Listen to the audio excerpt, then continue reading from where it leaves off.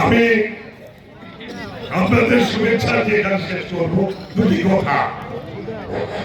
আজকে এই শান্তিপুরে যে নির্বাচনী জনসভা আমরা করতে এসেছি, আমাদের মধ্যমণি বিএনপির মধ্যমণি খোকসার কুমারখালী এই জনসভায় ধানের শীষের জন্য এসেছি।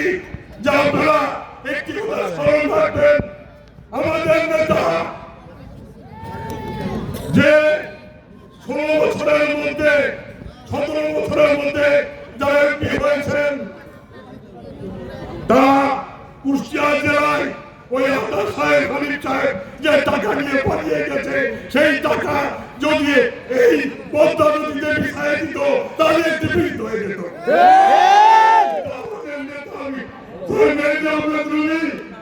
এখনো সেটা করে নাই, তার গাড়ি এখন ঠেলতে হয়। সে টাকাতে তার কোনো প্রাণ নাই, কুষ্টিয়া তার কোনো প্রাণ নাই। তার মধ্যে একটা সম্পদ আপনারা পেয়েছেন এই শান্তিপুরে। ইনশাআল্লাহ আপনার তাকে ধানের শীষে ভোট দিয়ে জয়যুক্ত করুন, দেখবেন এই ব্রিজ ইনশাআল্লাহ উনি করে দেবেন। এই বলে আমার বক্তব্য শেষ করছি।